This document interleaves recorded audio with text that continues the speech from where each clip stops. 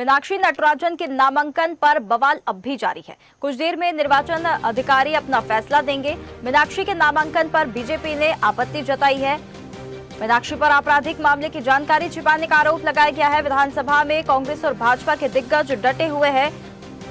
दोनों के बीच में गहमा गहमी देखने के लिए मिल रही है। बीजेपी विधायक और कांग्रेस विधायकों के बीच में देखिए, बीजेपी एक चीज समझ गई कि वो चुनाव जीत नहीं सकती है। सारे विधायक एकजुट हैं, हम सब लोग एकजुट हैं, और ये जब देखकर वो बौखलाई तो इस तरह के वो हथकंडे अपनाने का काम कर रहे हैं। निश्चित तौर पर षड्यंत्र है, निश्चित तौर पर। और ये आप समझिए कि अगर एक तरह से नहीं, अगर उनकी दाल गल रही तो दूसरी तरह से अनैतिक तरीके से ये जो नामांकन है उसको खारिज करने का पूरा प्रयास कर रहे हैं। देखिए, अभी अंदर जाएंगे तब हमें समझ में आएगा कि किस दिशा में जा रही है चीजें। ओवर षड्यंत्र हम करें, थैंक यू।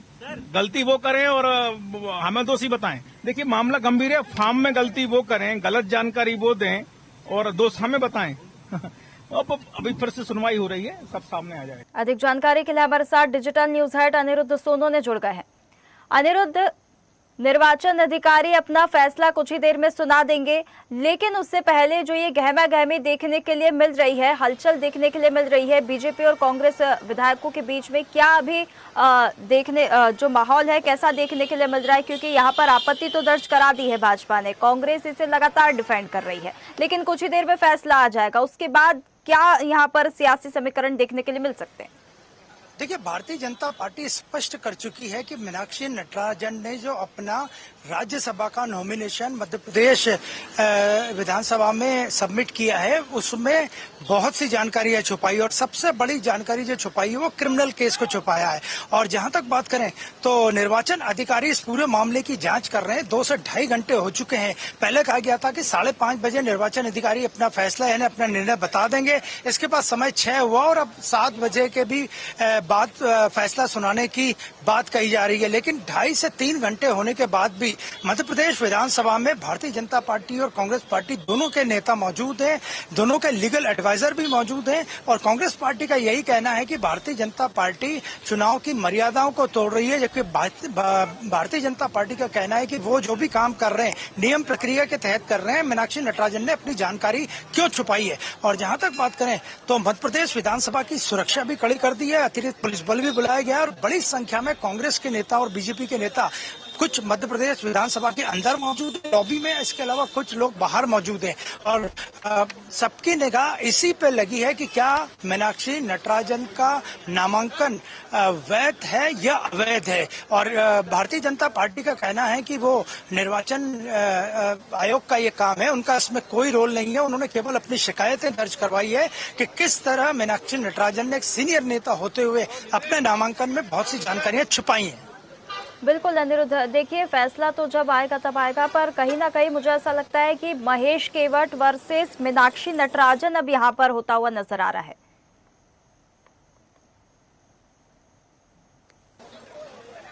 जी बिल्कुल, जब से भारतीय जनता पार्टी ने तीसरे उम्मीदवार महेश केवट को मैदान में उतारा है, उसी वक्त से कांग्रेस को क्रॉस वोटिंग की खतरा, अपने विधायकों के इधर उधर जाने का खतरा, सारा खतरा मंडरा रहा था। आज कुछ विधायक प्लेन से बेंगलुरु रवाना भी हुए हैं, प्लेन भी 2-3 घंटे लेट रवाना हुआ। हम आपको विधानसभा के बाहर का नजारा दिखाते हैं। आप देख सकते हैं बड़ी संख्या में पुलिस बल विधानसभा के गेट पे मौजूद है। अंदर सैकड़ों गाड़ियां खड़ी है जो कि कांग्रेस के नेताओं और बीजेपी के नेताओं की है, और अंदर पूरी नियम प्रक्रिया का हवाला दिया जा रहा है। लीगल तरीके से क्या हो सकता है इस मामले में, कोर्ट की प्रोसीडिंग्स का भी हवाला दिया जा रहा है। इसके अलावा जो उच्च शीर्ष कोर्ट की गाइडलाइंस है, निर्वाचन की जो गाइडलाइंस है, उनको लेकर तमाम तरह की प्रतिक्रियाएं चल रही है। सारी जानकारी एकत्रित की जा रही है, और भारतीय जनता पार्टी आश्वस्त है कि मीनाक्षी नटराजन ने जो नॉमिनेशन फाइल किया है वो ठीक नहीं है, इसलिए उनका नामांकन निरस्त होना चाहिए। जबकि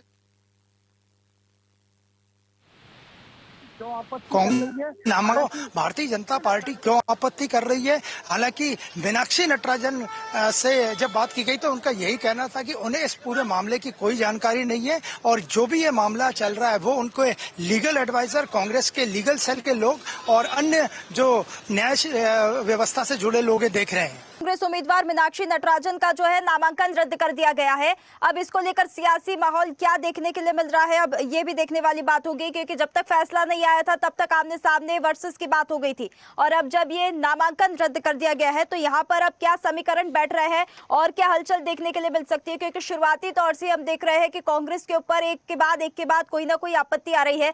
बीजेपी ने आपत्ति जताई, अनिरुद्ध मंत्री राकेश सिंह ने दावा किया है मीनाक्षी नटराजन का नामांकन रद्द कर दिया गया है। बड़ी खबर आपको बता रहे हैं, क्या माहौल देखने के लिए मिल रहा है, क्या सियासी समीकरण अब देखने के लिए मिल रहा है, बड़ा अपडेट है ये।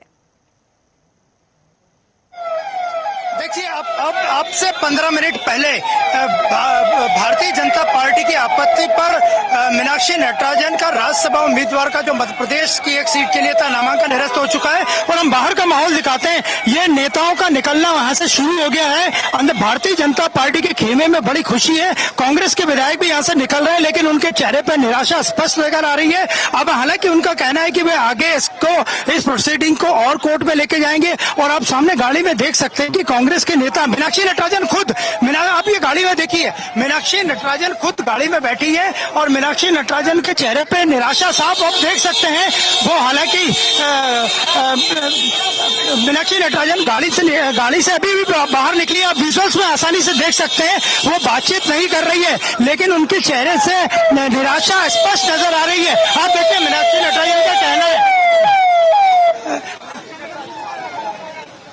हम आपको बात करेंगे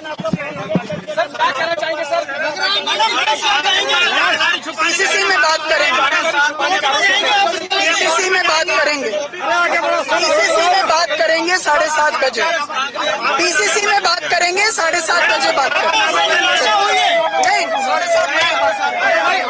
7:30 गहमी के बीच मीनाक्षी नटराजन अभी विधानसभा से निकली है। उन्होंने ऐलान कर दिया कि 7:30 बजे मध्य प्रदेश कांग्रेस कमेटी के हेडक्वार्टर में मीडिया से वो मुखातिब होंगी। 7:30 बजे भारतीय जनता पार्टी के खिलाफ कांग्रेस पार्टी प्रदेश कांग्रेस के मुख्यालय में एक बड़ी प्रेस कॉन्फ्रेंस लेगी, और मीनाक्षी नटराजन के चेहरे पे जो निराशा थी उससे स्पष्ट उनकी बॉडी लैंग्वेज बता रही थी कि इस फैसले से वे काफी निराश है, लेकिन वो लीगल एक्शन लेने की भी बात कर रही थी कि आने वाले समय में कांग्रेस पार्टी इस पूरे मामले पे जो उनका नामांकन राज्यसभा का निरस्त हुआ है उस पर लीगल एक्शन लेगी। और जहां तक बात करें तो मध्य प्रदेश विधानसभा के बाहर ये देखिए, अब गाड़ियों के निकलने का सिलसिला लगातार जारी है। कांग्रेस के नेता लगातार गाड़ियों से निकल रहे हैं, और सभी के चेहरे पे भारी भरकम निराशा है। उन्हें उम्मीद नहीं थी कि इतना बड़ा इतना कड़ा फैसला हो जाएगा, और भारतीय जनता पार्टी के जो भी नेता निकल रहे हैं वो विक्ट्री का निशान दिखाते हुए निकल रहे हैं। तो आप देखिए, मध्य प्रदेश विधानसभा से गाड़ियों के निकलने का सिलसिला पूरी तरह जारी है। और जहां तक बात करें तो मीनाक्षी नटराजन अभी कुछ ही देर पहले यहाँ आई थी, और वो यहाँ से निकल के वापस प्रदेश कांग्रेस के मुख्यालय जा चुकी हैं।